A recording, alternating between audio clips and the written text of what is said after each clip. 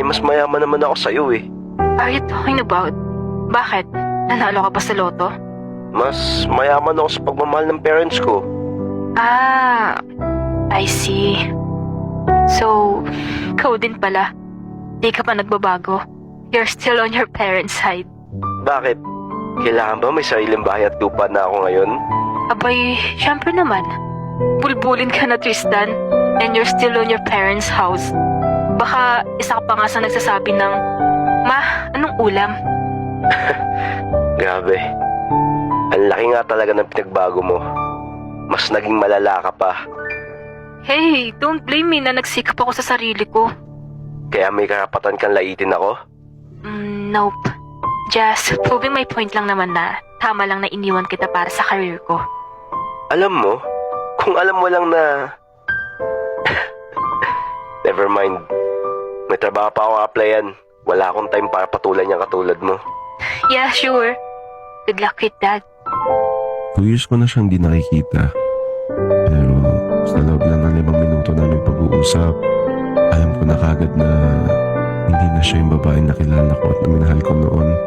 Pero deep inside, proud ako sa kanya na nakamit niya na yung mga pangarap niya.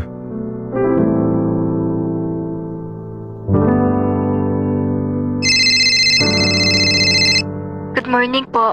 May I ask if this is Tristan? Po, si Tristan po ito. Ay, hello po sir. Regarding lang po sa application na ina-applyan niyo po dito sa GenCorp. Yes po. Ano po yung update? May final interview na lang po kayo sa management. Ask ko lang po if available po kayo sa Tuesday. Tuesday? Yep, that will do. Pero, may ask lang po ako. Sige po sir. Ano po yun? Bakit kailangan pa po ng interview sa management? Curious lang po kasi ako since agent lang naman po yung na-applyan ko. Di po ba yun yung pinakamababang position sa company? Actually sir, di ko rin po alam eh. Usually po sa agents po wala na pong final interview pero dito po kasi sa file nyo nakasulat na kontakin ko daw po and sabihin sa applicant na may final interview po sa management. Mukhang alam ko na kung sino yung tinutukoy ng management na to. Hindi naman si Dad magpapatawag sa akin. Kasi kung si Dad to, kakausapin na lang ako nun sa personal.